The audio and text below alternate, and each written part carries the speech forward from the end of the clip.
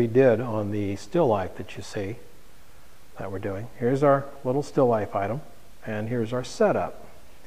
And as you can see, our setup consists of a large white softbox here in the studio. Let me back up a little bit here so you can see the set. Our camera mounted to a camera stand.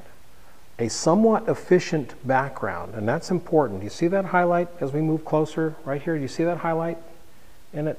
That highlight is actually a reflection of the softbox in that background. We use that to advantage because when we come this way, we can actually see that highlight there at the top of the little glass. You can see it, and we've closed it off and created a shadow with that board right there to put a shadow behind the green object.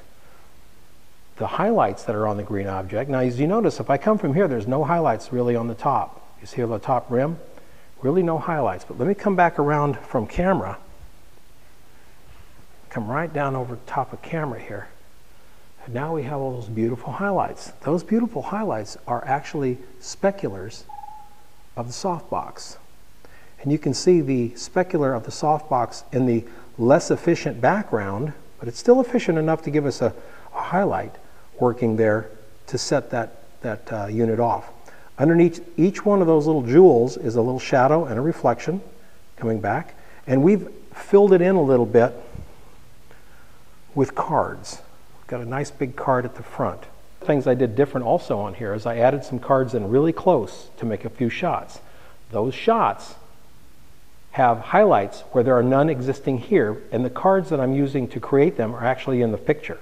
What I'm doing is just using the portions of those cards to create the highlights that I want. And you'll see that in the Photoshop example that goes along with this. So this is how we did it. Big softbox, angle of incidence, angle of reflection. You can see that the softbox is at the same angle of the camera away from the glass object. And then we're using two different kinds of efficiencies to make an interesting photograph. A less efficient background and a very efficient glass bottle. And that's the little setup for this shot. Thanks.